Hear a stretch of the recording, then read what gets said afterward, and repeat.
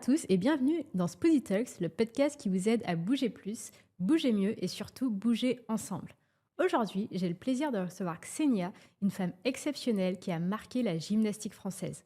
Ancienne gymnaste de haut niveau qui a participé aux Jeux Olympiques, elle a porté les couleurs de la France sur les plus grandes scènes internationales.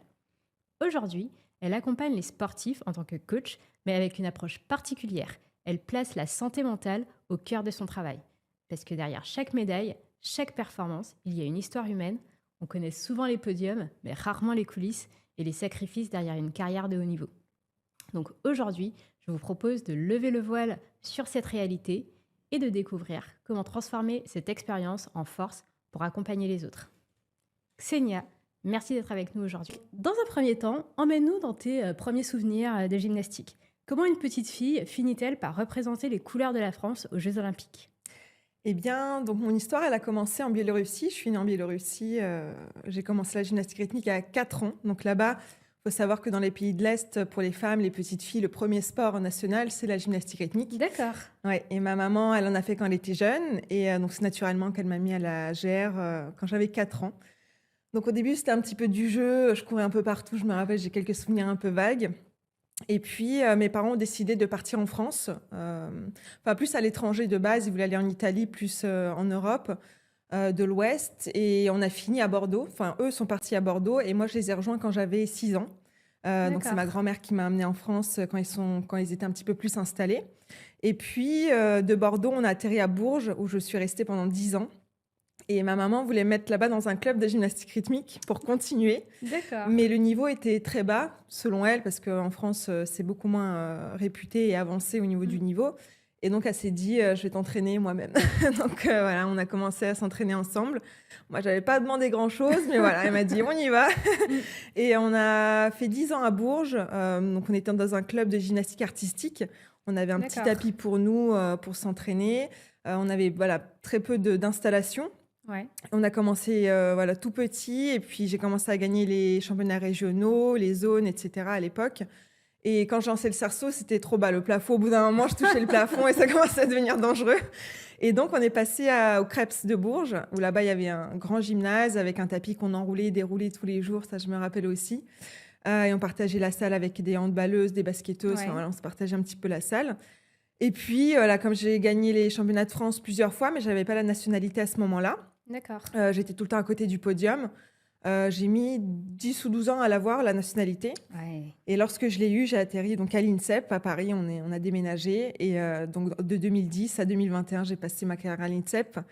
Et j'ai essayé de gravir les échelons pour justement aller aux Jeux Olympiques. Et chose que j'ai réussi, donc je suis fière de moi. Oui, très bien. Et d'ailleurs, félicitations pour ça. Merci. Mais justement, parlons un peu des Jeux Olympiques. J'imagine que quand tu arrives, tu avais quoi, 16 ans quand tu es arrivé aux Jeux Olympiques, tu portes les couleurs de la France, ça doit quand même être une pression assez énorme. Comment est-ce que tu te prépares mentalement pour réussir, enfin pour vivre cette expérience-là ? Je pense qu'au final, quand j'y réfléchis, j'ai jamais été vraiment prête. C'est-à-dire que Ouais. c'est une échéance tellement incroyable. En fait, on ne sait pas à quoi s'attendre. On a des dires de sportifs qu'on croise qui disent ouais, c'est incroyable les émotions. Ce que je dis aujourd'hui, au final, quand j'en parle. Mais je pense qu'on ne s'y prépare jamais, mais les émotions sont tellement décuplées que je me dis heureusement que je me suis préparée mentalement. Parce que je pense que j'aurais perdu mes moyens complètement. Je me rappelle, j'ai des souvenirs. Donc j'avais 4 engins à faire, donc c'était le cerceau, ballon masse sur ruban. Et je crois que mon premier engin, c'était le cerceau. Et donc je me prépare mentalement, etc. Avant, c'était horrible, j'avais les jambes qui tremblaient. Il y avait tout un catwalk là devant pendant 10 minutes à faire avant d'arriver sur le praticable.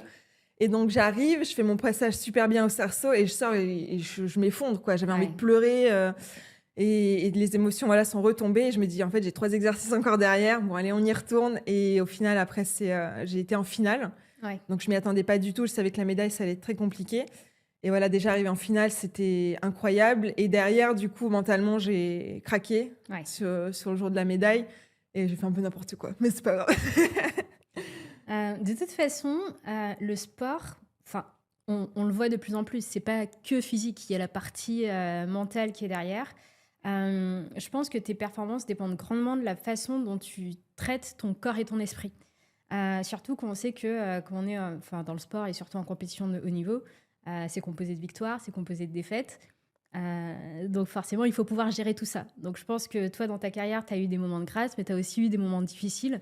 Est-ce que tu as des souvenirs qui t'ont particulièrement marqué de cette période?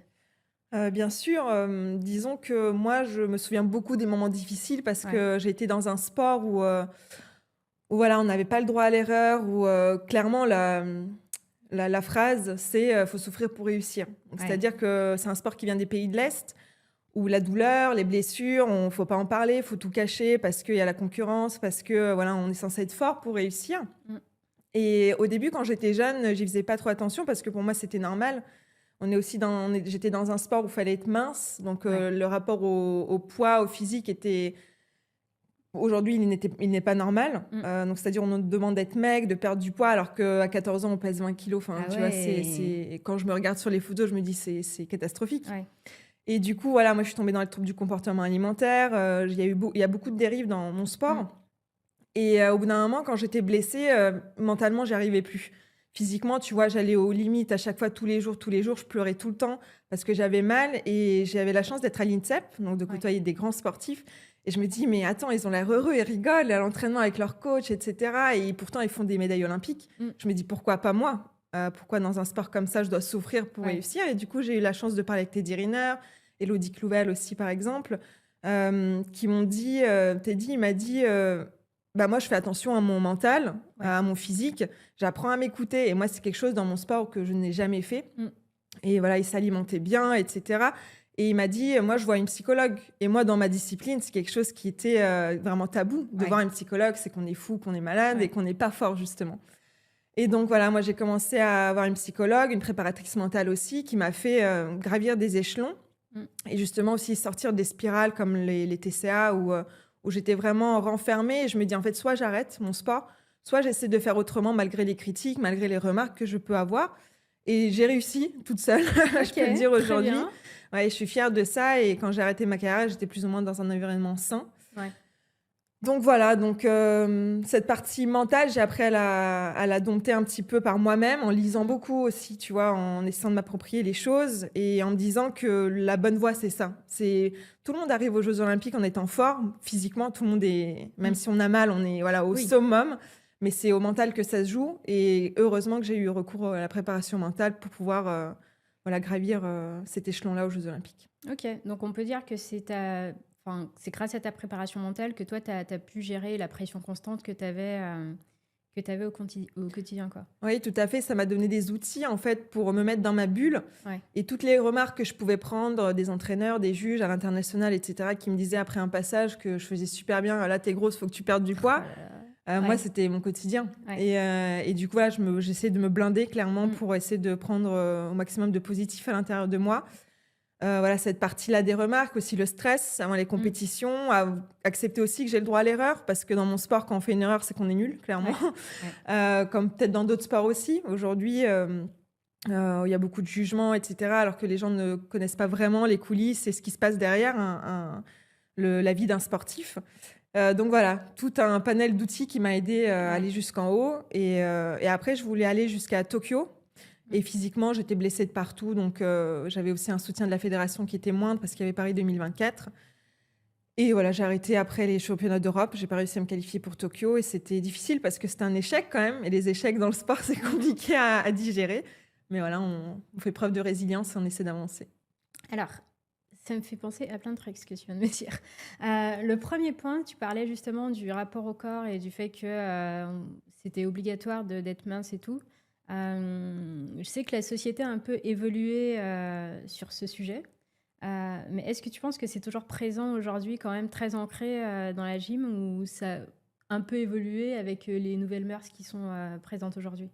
Eh bien, je pense que ça a évolué parce qu'il y a quand même une grande libération de la parole et Ouais. c'est ça qui fait que ça évolue aujourd'hui comme dans beaucoup de domaines, autres que le sport aussi. Mmh. Et je pense que le fait que les gymnastes en parlent, ça fait changer un peu les mentalités, ça ouvre, les réflexions sur, ces sujets-là. Maintenant, clairement, je pense que le chemin est encore très long pour arriver vraiment à un sport, sain, sans violence physique ou psychologique, et toute forme de violence qui existe. J'ai essayé d'en faire un peu mon combat quand j'ai arrêté, Ouais. mais se retrouver seule face à tout ça, on se dit: «Bon, c'est une montagne que seule, en fait, c'est impossible de gravir», même Mmh. si j'en ai parlé, j'ai essayé de, voilà, de libérer la parole. C'est la seule chose que j'ai pu faire à ce moment-là. Et moi, aujourd'hui, ce que j'essaie de faire, c'est de faire les choses autrement. Parce que j'entends encore... j'ai pu parler, par exemple, à une préparatrice mentale qui m'a dit, oui, j'ai travaillé dans un pôle. Et les entraîneurs disent aux gymnastes aujourd'hui, à l'heure actuelle, si tu ne réussis pas ton passage, tu manges pas le soir. Ouais. Et ça, ça date d'aujourd'hui, c'est d'actualité. Donc, il y a encore des choses qui sont laissées passer, où les petites filles qui sont souvent mineures pensent que c'est normal.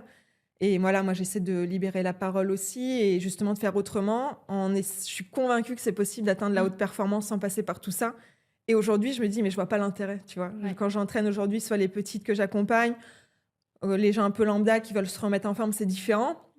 Mais dans la sphère un peu plus haut niveau, en fait, je comprends pas comment un entraîneur peut se regarder dans la glace en disant ça, tu vois. Complètement. Et j'aurais pu reproduire, me dire, c'est le schéma parce que j'ai fait les Jeux Olympiques, voilà, c'est ce qu'il faut faire. Je reproduis la même chose, mais il est hors de question parce que ça brise. Moi, ça m'a brisé. Donc, je sais que ça brise d'autres personnes. Et voilà, je pense qu'on peut faire autrement et je vois pas pourquoi on peut pas réussir autrement. Non, mais oui. Et là-dessus, enfin, ce que tu dis, moi, ça me fait aussi penser au rôle de l'accompagnateur. Parce que, alors, je ne sais plus qui c'était, mais je sais qu'il y avait un coach ça avait créé une polémique, justement, qui avait dit moi, mon rôle, c'est d'être coach. Je fais des athlètes. Et c'est pas mon rôle d'être leur psy ou quoi que ce soit. Et donc, pour lui, être coach, c'est faire en sorte que tu sois meilleur en termes de performance. Et ton côté mental, limite, c'est pas sa préoccupation. Alors que, comme tu dis, je pense qu'il y a... déjà, vu qu'on prouve que sport, corps et esprit sont liés, si ton mental, il est pas là et que ton coach, il en a rien à faire de ton mental, potentiellement, ça peut affecter tes performances physiques en compétition. Oui, et puis je pense que là, c'est ce que tu dis, c'est la place qu'on se donne déjà nous-mêmes en tant qu'entraîneur, en tant que coach. Si on s'estime tout puissant au-dessus des athlètes, c'est déjà un déséquilibre et pour moi, c'est pas la bonne situation. Alors peut-être que ça amène vraiment loin un sportif, mais justement, ça le construit pas et c'est pas le but pour moi du sport et du sport de haut niveau. Et le sport de haut niveau, déjà, c'est dur. C'est se dépasser physiquement. Déjà, on souffre, on a mal. Donc, en plus, si tu rajoutes des trucs derrière, je pense que c'est compliqué à vivre. Et je pense que la mentalité en France est différente déjà, tu vois, parce que si je prends l'exemple de la Russie, où il y a beaucoup d'athlètes, donc t'en casses une, il y en a 50 derrière, donc allez, c'est pas grave, l'autre elle arrête, et puis elles ont le même niveau, elles peuvent être premières aux Jeux Olympiques que toutes les 50.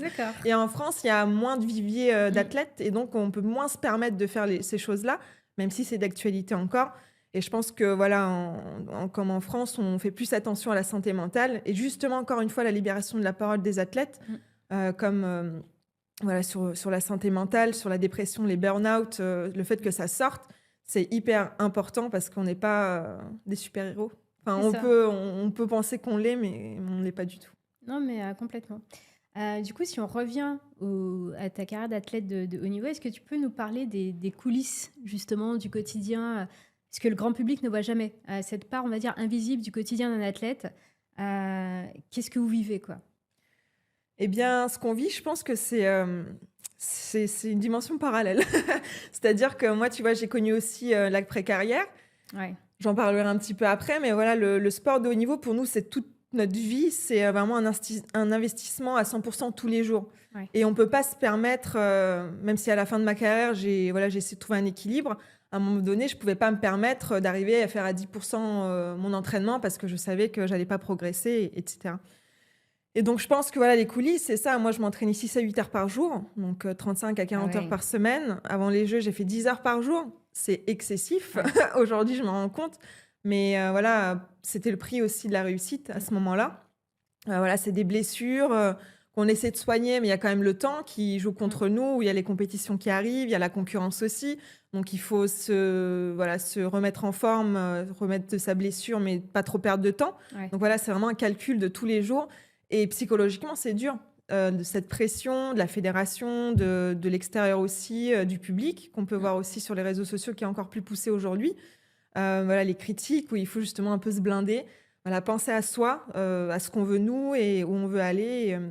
Et ouais, l'arrêt aussi est difficile d'une carrière parce qu'on perd tous nos repères. Et parfois, je pense que les gens se disent « Bon, bah t'arrêtes, t'as été sportif de haut niveau, t'as une vie toute tracée, t'es millionnaire, j'en sais rien, tu vois. » Mais pas du tout. En fait, on repart de zéro. Enfin, moi, c'est ce que j'ai ressenti.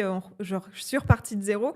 Et en fait, le plus dur, c'est de savoir tout ce que tu as acquis en fait dans ton sport, comment tu Mmh. le retranscris dans ta vie d'après. Ouais. Et parfois, c'est difficile.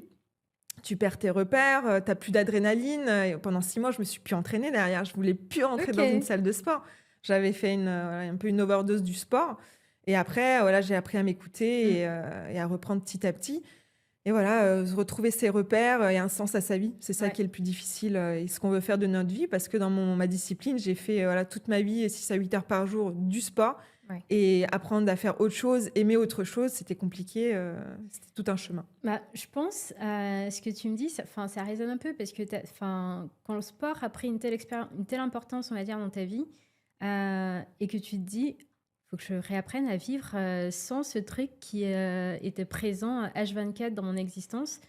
Et je pense que, ben, comme tu dis, ce côté quête de sens, ben, il prend une ampleur, importante parce que c'est qui je suis, quand je fais pas du sport, en fait. Mais je crois qu'en vrai, là, quand j'en parle, c'est limite le plus dur, tu vois? Ouais. Parce que, j'ai été formatée un petit peu à m'entraîner, à réussir, à essayer d'aller Mmh. plus loin, mais c'est quelque chose d'inconnu et on est vraiment laissé à l'abandon quand on Ouais. arrête.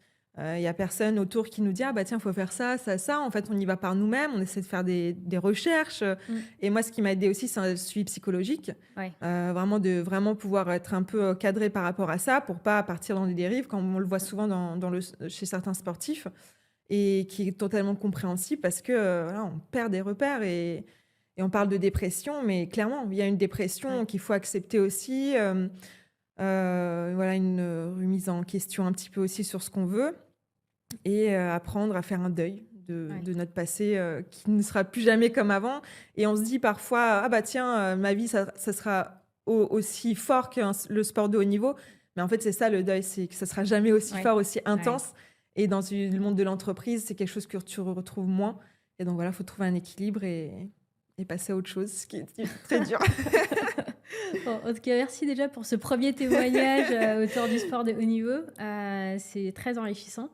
Mais parlons justement, d'un sujet, ben, qu'on a déjà abordé dans la première partie qui est, toute cette pression, ce côté de santé mentale, et justement l'importance parce qu'on le voit bien dans le sport de haut niveau, tu le disais toi-même, il y a ce côté où, enfin, on connaît pas la vie du sportif et souvent on l'idéalise un peu. On se dit: «Ah ouais, franchement il arrive à faire tel truc, il arrive à faire tel truc», donc on voit le résultat, mais on se rend pas compte de, tout ce que la personne a mis de côté, tous les sacrifices qui ont été faits et c'est pour ça que je trouve qu'on parle trop peu de ce qu'il y a dans la tête d'un athlète. On se dit: «Tiens, on voit ce qu'il fait, OK, c'est cool». Donc toi, est-ce que tu as déjà eu l'impression que ta santé mentale, n'était pas la priorité au moment où tu étais athlète, de haut niveau? Bien sûr et en plus, je viens d'un sport où, clairement Ouais, la santé mentale, on n'y pense ouais. pas voire pas du tout, voire très peu.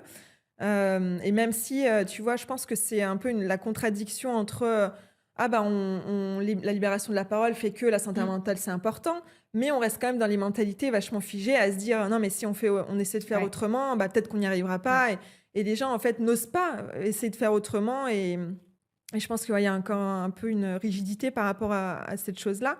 Mais oui, moi, quand j'étais dans le sport, quand je me blessais, voilà, fallait serrer les dents, Ouais. même si je pleurais, je m'entraînais tout le temps, et voir une préparatrice mentale, c'était quelque chose qui était pas mal vu, mais on se disait: «Ouais, c'est Ouais. nul, quoi», tu vois?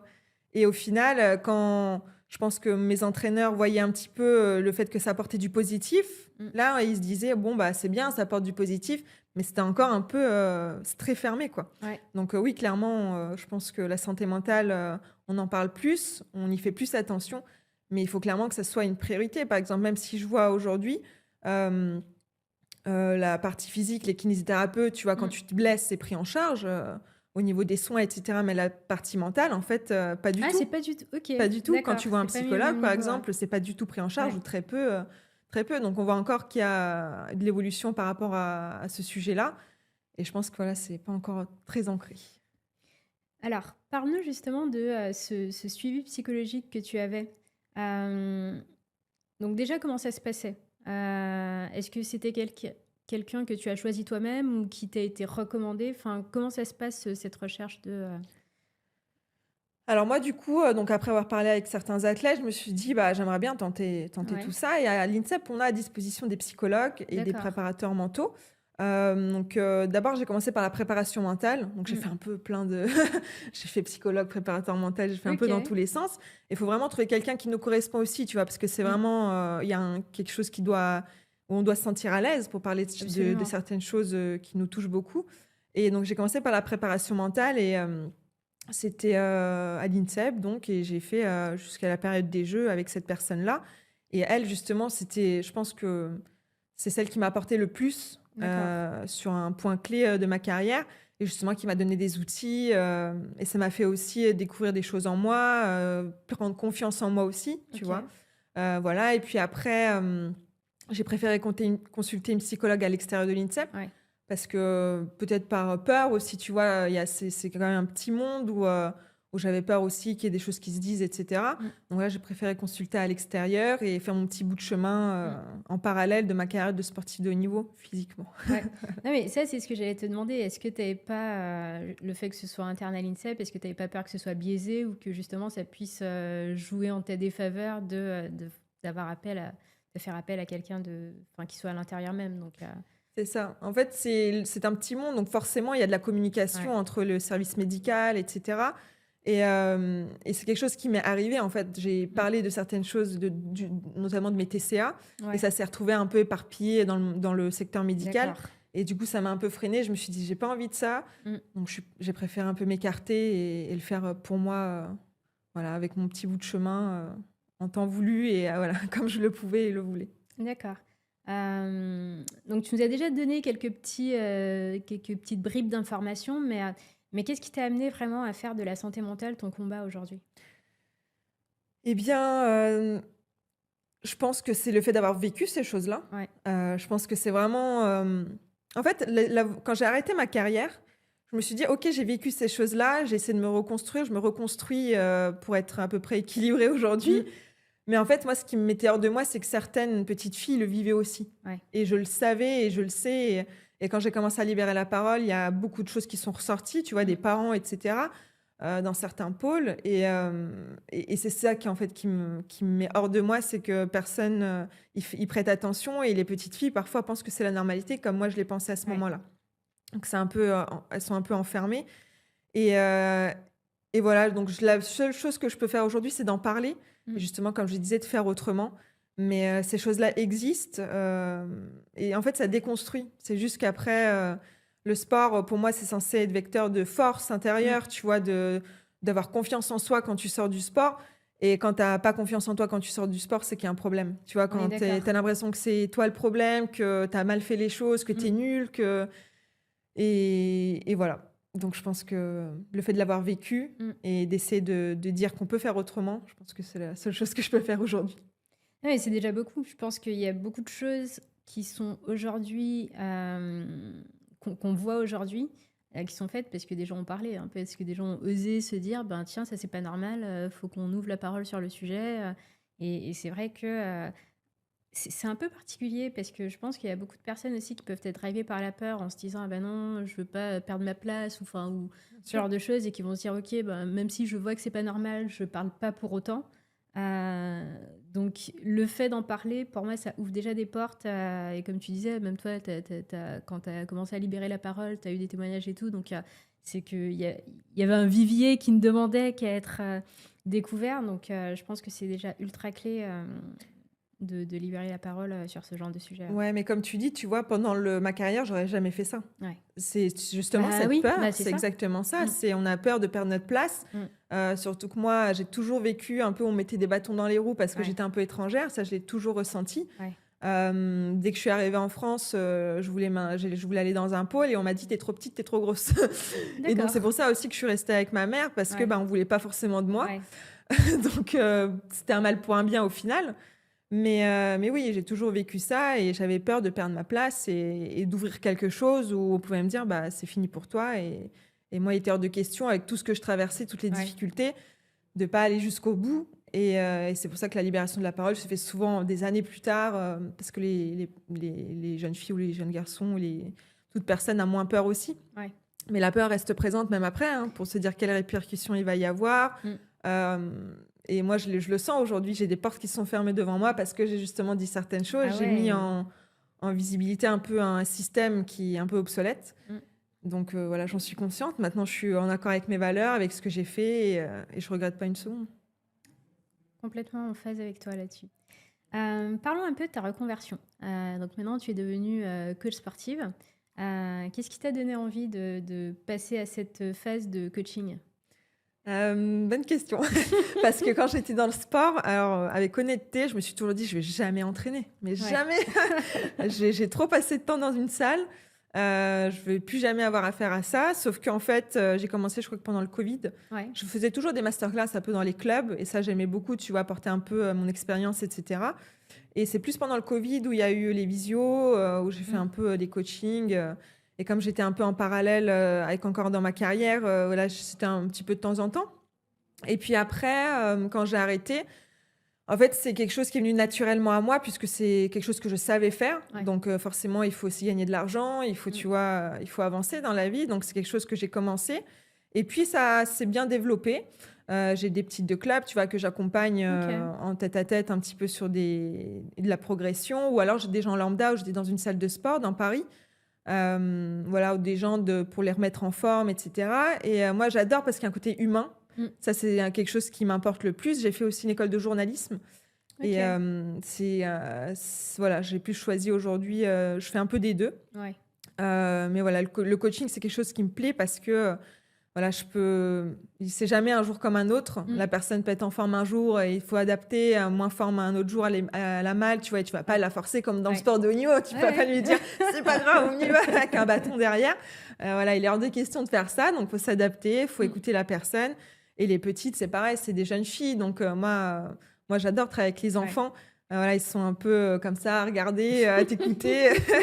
Des fois, il faut les remettre un peu dans le droit chemin. Mais ouais, moi, j'adore ça et c'est venu un peu naturellement. Et aujourd'hui, j'essaie de développer ça encore plus. Et peut-être, voilà, j'envisage de faire une formation de préparatrice mentale aussi. C'est quelque chose qui m'est venu récemment. Donc voilà, j'ai des idées après avoir ce qui va de plus en plus. Non, mais oui. Alors là-dessus, enfin, déjà, deux choses. La première, c'est que je suis complètement avec toi dans le côté accompagnement de la personne. Alors, moi-même qui suis coachée, alors le mois dernier, je me suis fracturé le petit orteil.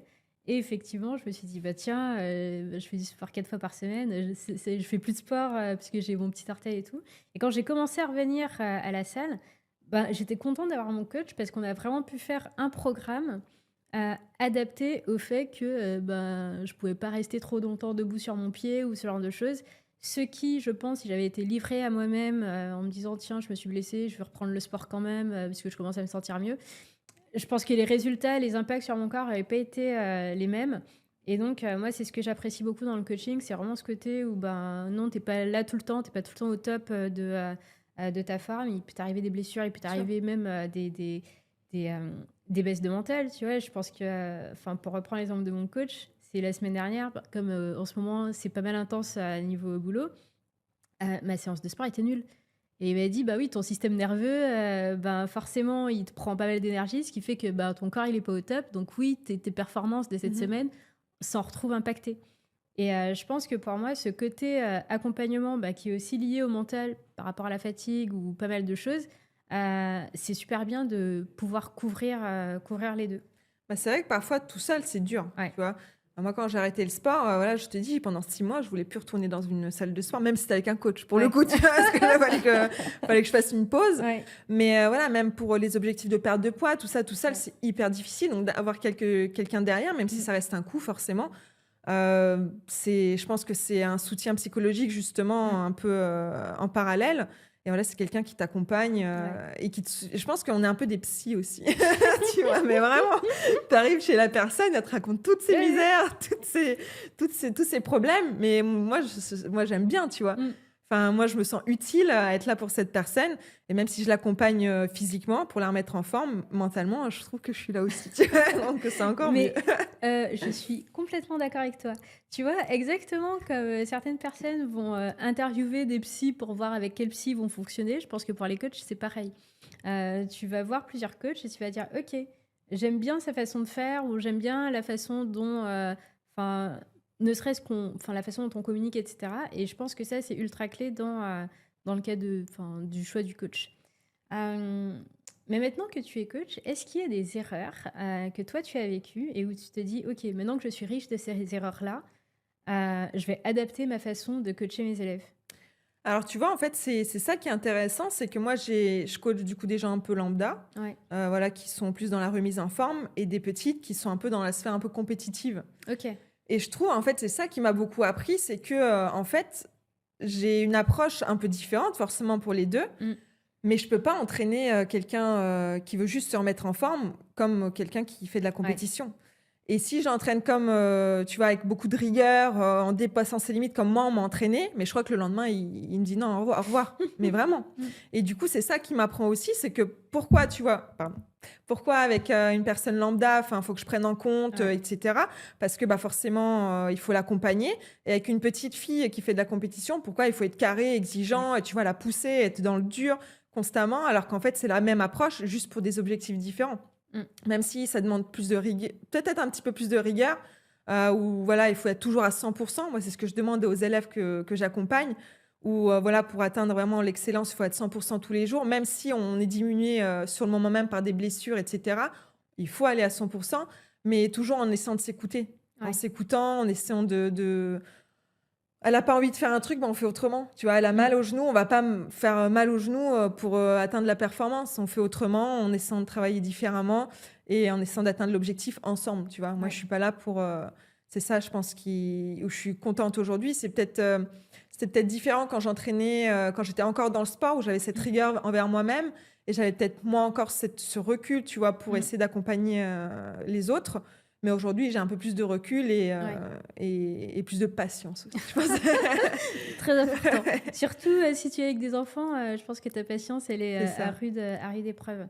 Mais c'est vrai que, enfin, si on prend le sujet de la communication, moi, je trouve que la communication, c'est vraiment décisif dans ta relation, coach-élève, ou même dans le sport en général. C'est-à-dire que, moi, je sais, ben, par rapport à l'application Squeezie, on a décidé d'intégrer un chat parce que, quand tu as le chat, c'est que tu commences à te motiver, ou même à te vanner. Il y a un petit truc qui se passe qui fait que, pour moi, la communication est un élément clé de ta motivation.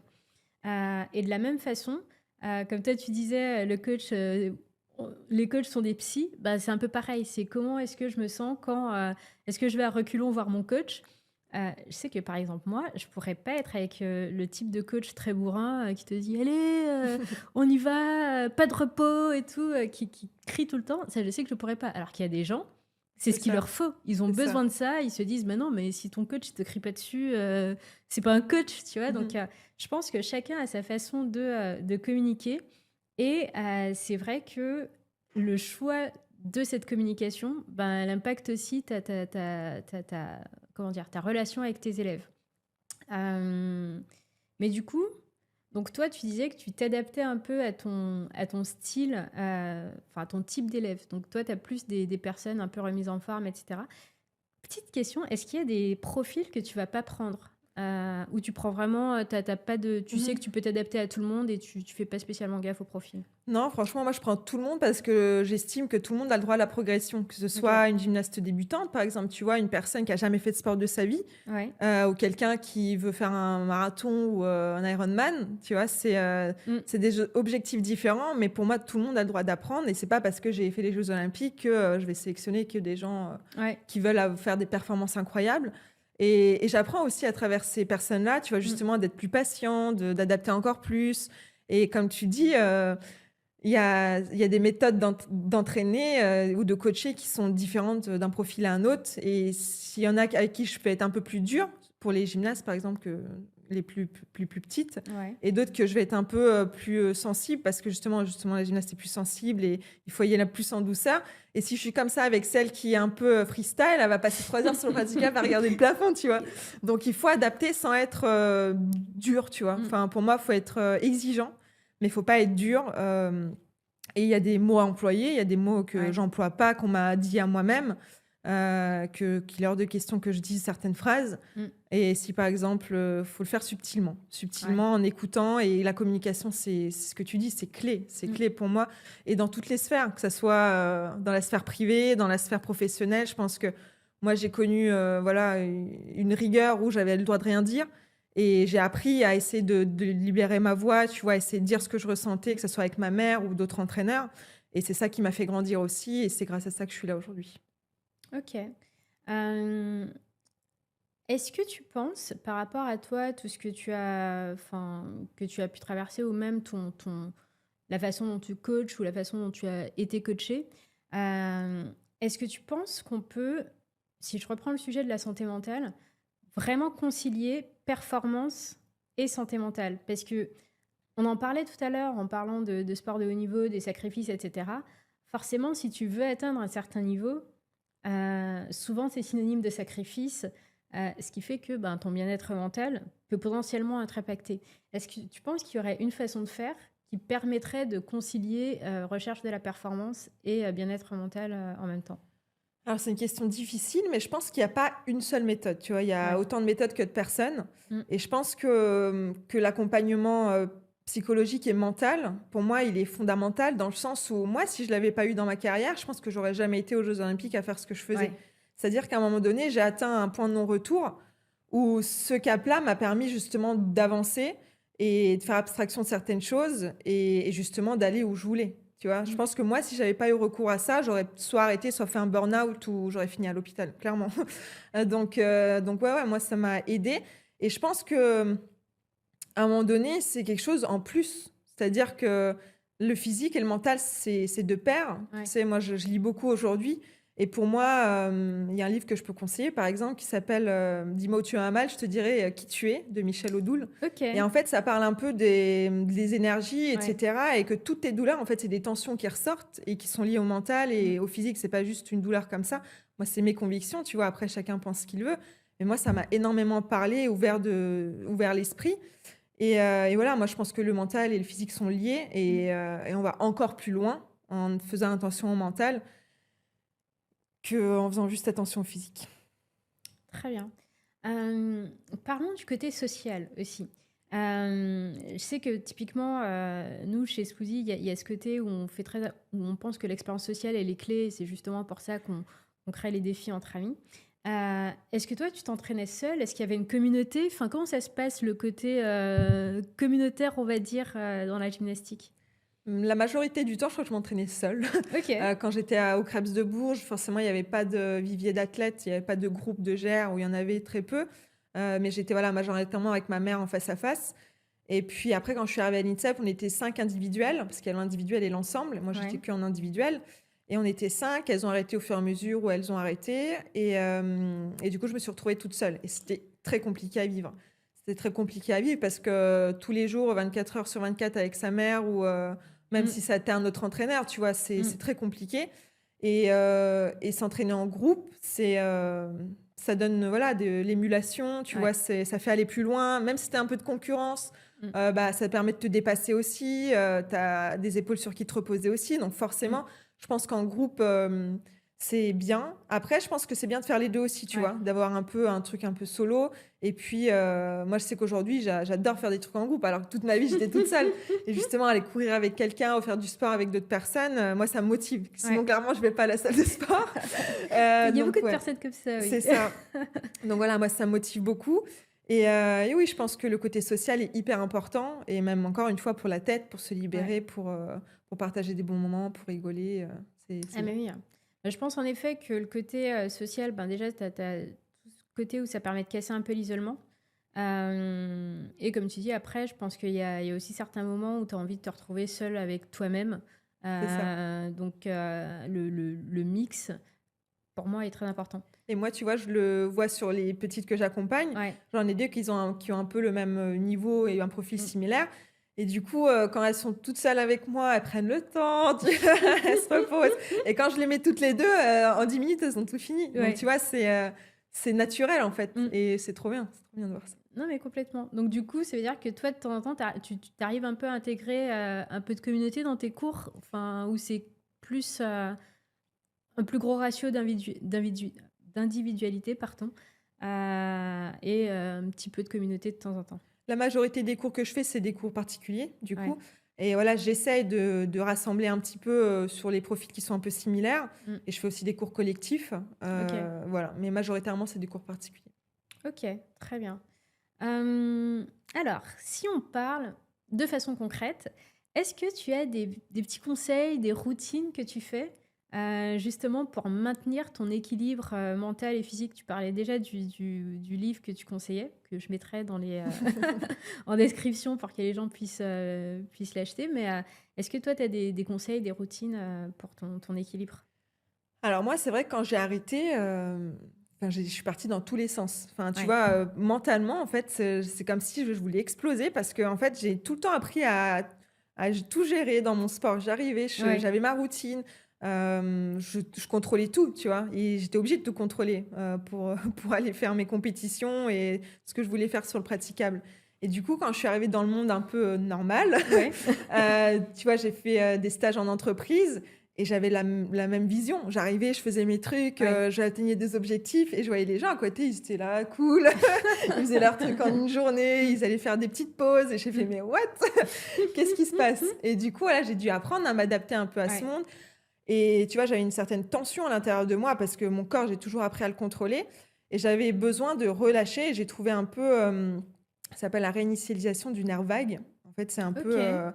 la gestion des émotions et cetera Ouais. et il y a plein d'exercices que j'ai fait avec du yoga et cetera pour, travailler sur la respiration, pour essayer de me relâcher et aujourd'hui, je suis relâchée Ok, et d'accord. tu vois, ça m'a énormément aidée à m'écouter aussi, Ouais. et à accepter les émotions que j'avais. Parce Ouais. que justement, dans mon sport, je devais rien montrer et même si j'étais triste ou en colère, Mm. j'essaie vraiment de le garder pour moi et aujourd'hui, il est hors de question, tu vois, pour moi de pas pleurer ou Ouais. de pas, être en colère si je veux l'être Mm. et j'essaie vraiment d'accueillir mes émotions et de les extérioriser parce que pour moi, c'est Très bien. vraiment ça la vie, tu vois? Ouais. C'est d'accueillir ses émotions et de trouver cet équilibre Mm. et de pas trop garder parce qu'après ça du jour un un jour ça va revenir, et c'est les maladies, tout ça. Pour moi, Ouais. ça vient de ça aussi. Ouais. Mais du coup, alors au-delà de ça, il y a aussi la partie, on va dire, perte de motivation, coup de mou, où tu n'as juste pas envie. Il y a des jours, tu te réveilles.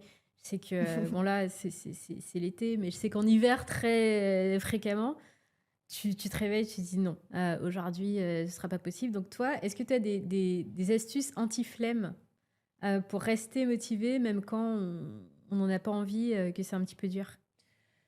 Alors, j'ai passé 6 mois sans aller dans une salle de sport, donc je pense qu'on peut pas faire mieux. Mm. Donc en vrai, tu vois, enfin, j'ai pas d'astuce, mais moi, le plus important, c'est de s'écouter, tu Ouais. vois? Si et je pense que ces 6 mois, j'en avais tellement besoin que si je m'étais forcée à aller dans une salle de sport parce que, Mm. fallait que je perde du poids ou j'en sais rien, tu vois? Je pense que j'aurais été pas où je serais pas là où je suis aujourd'hui et pas aussi bien que je suis à Ouais. l'intérieur de moi et je pense que le fait de s'écouter, c'est hyper important et si, un jour on n'a pas envie, bah, pour moi, c'est pas grave, Mm. tu vois? Par contre, si on se fixe des objectifs et que, bah, on a envie d'atteindre cet objectif, bah, parfois, on peut un peu se laisser aller, prendre du temps pour soi et parfois, quand on le sent, il faut se motiver Ouais. et comme tu dis, la communauté ou d'avoir des gens autour de soi pour le faire peut-être ensemble, c'est ça qui aide Mm. aussi. Donc en fait, il faut trouver des trucs à soi, mais voilà. Après, je pense qu'il faut s'écouter et si, par exemple, pendant 3 jours, tu as pas envie, peut-être le 4e, tu passeras toute ta journée dans la salle et tu seras encore plus productif. Ouais. Donc voilà, je pense que l'écoute de soi, c'est hyper important. Non, mais oui, et ce qui me fait passer aussi sur la partie repos, dont justement on ne parle pas assez et qui est pourtant primordial dans la récupération. Comment, selon toi, est-ce qu'on peut l'intégrer intelligemment dans sa routine sportive? Je pense qu'il faut peut-être faire des programmes en amont, tu vois? Essayer Ouais. d'organiser un petit peu, en amont, et puis chaque jour d'essayer de voir, selon ce qu'on a prévu, est-ce qu'on sent, est-ce qu'on sent pas? Après le sommeil, hein, on va pas se leurrer, c'est hyper important comme l'alimentation. Je pense qu'avoir un équilibre, au niveau de l'alimentation et du sommeil, c'est primordial. Donc déjà avoir un peu un cadre sur ce sujet-là, même si, ça n'empêche pas de faire un fast-food, un Ouais. dimanche, tu vois? Et ça, je pense que c'est ça, en fait, le plus dur, c'est de trouver un équilibre Mmh. entre pas trop se restreindre, pas trop se pousser, mais en même temps se pousser un peu et se faire plaisir, tu vois? Mmh. Je pense que c'est ça le plus important et chaque personne est différente, ce qui me conviendra à moi ne te conviendra pas à toi Ouais. et je pense que, voilà, le fait de faire une introspection, de se poser des questions, de se remettre un peu en question sur ce qu'on veut, sur ce qu'on a envie et c'est ça qui permet d'avancer, et de Mmh. trouver vraiment son truc à soi, voilà. Alors là-dessus, je suis complètement d'accord avec toi. J'avais discuté avec, un groupe de sportifs et il y avait un mec dans ce groupe qui me disait: «Moi, je vais pas au resto, je voyage pas parce que, si je suis pas chez moi, je peux pas gérer ma nourriture». Et du coup, moi, je l'avais regardé, ça enfin, je lui ai dit: «OK, ça force le respect, c'est très inspirant parce que tu une discipline de malade». Mais je sais que moi, c'est pas ma vision parce que moi, ben, j'aime pouvoir me faire plaisir et me dire que je voyage, que je pense pas au sport de temps en temps. Et pour moi, le sport, il est là comme... Alors déjà, je pense que moi, je fais du sport pas en cherchant un objectif, mais Ouais. juste parce que ça me permet de me sentir bien. Et donc, je cherche pas des performances de Mmh mh. malade, ce qui fait que je vais pas l'utiliser pour supprimer d'autres plaisirs. Mais c'est vrai que, je l'avais regardé en mode, waouh! Donc en fait, tu fais une croix sur, beaucoup de choses quand même puisque, bah, voyager, enfin, Mmh. c'est dommage de se dire: «Bah, je voyage pas parce que, quand je suis dans un autre pays, je peux pas gérer ma nourriture comme je le souhaite». Et c'est vrai que ça m'avait choquée et que je m'étais dit: «OK, en fait, il y a vraiment des gens qui enfin, on a une vision différente, quoi». Des gens qui vont se dire: «Bah non, moi, le sport, c'est indispensable, il faut que je gère Mmh mh. ça et donc du coup, je suis OK pour faire une croix sur telle autre chose pour pouvoir progresser». Mais si tu es pas dans cette approche-là et que tu te dis: «Bah non, le sport, ça va pas empêcher de, faire ci et ça», il y a ce côté, ben oui, je me fais plaisir et j'accepte ça. En fait, tu parlais de sacrifice tout à l'heure Mmh. et je pense que, voilà, chacun a sa vision aussi de la Ouais. chose, tu vois? Est-ce que si tu es OK avec ça, bah, c'est très bien. Mmh. Tu vois? Si tu es bien avec toi-même, si tu es heureux, si tu es, c'est top. Ouais. Mais moi, pareil, hein, je pourrais pas, je l'ai fait un temps Ouais. et je sais que c'est pas mon truc. Mmh. Après, si tu vois, je pense que je me donne un objectif de quelque chose, je vais y aller, mais ne pas voyager, c'est plus pour moi. Ne pas aller au fast-food, non, quand C'est ça, exactement. Où est-ce qu'on peut te retrouver aujourd'hui? Est-ce que tu prends encore des élèves? Comment ça se passe si on veut, prendre des cours avec toi? Enfin, Je suis majoritairement sur les réseaux sociaux, donc soit OK. sur Instagram, ou par mail, on peut me contacter. Je fais pas mal de visio aussi, donc pour les gens qui sont un peu loin. Voilà, j'ai pas encore ouvert ma salle. Peut-être un jour. Mmh. Voilà, comme je disais, je vais essayer de faire une préparation Préparation mentale, ouais. préparation mentale, car je trouve ça super intéressant Mmh. et puis voilà, je prends des gens encore, pour se remettre en forme, écouter, les problèmes. Non, accompagner, voilà, donc je peux si je suis là pour aider, c'est parfait. Vous pouvez me OK. retrouver sur les réseaux sociaux. À Paris, du coup, pour les sessions en présentiel? C'est ça, à Ouais. Paris, je fais à domicile, ou j'ai une salle en location, parfois, donc OK. je vagabonde un petit peu partout. Merci Xenia pour ce témoignage authentique et ces conseils précieux. Si je devais retenir une chose de notre échange, c'est que le sport doit être au service de notre bien-être et pas l'inverse. Donc qu'on soit athlète de haut niveau ou simple amateur, l'important c'est de bouger pour soi, pas pour les autres, et de se fixer ses propres défis. C'est exactement l'esprit de Spoody, vous accompagner en cette démarche à votre rythme, avec bienveillance et en communauté. Donc n'hésitez pas à nous suivre sur Instagram et à télécharger l'appli Spoody pour commencer votre propre aventure sportive et sociale. En attendant, portez-vous bien et à très vite pour un nouvel épisode de Spoody Talks.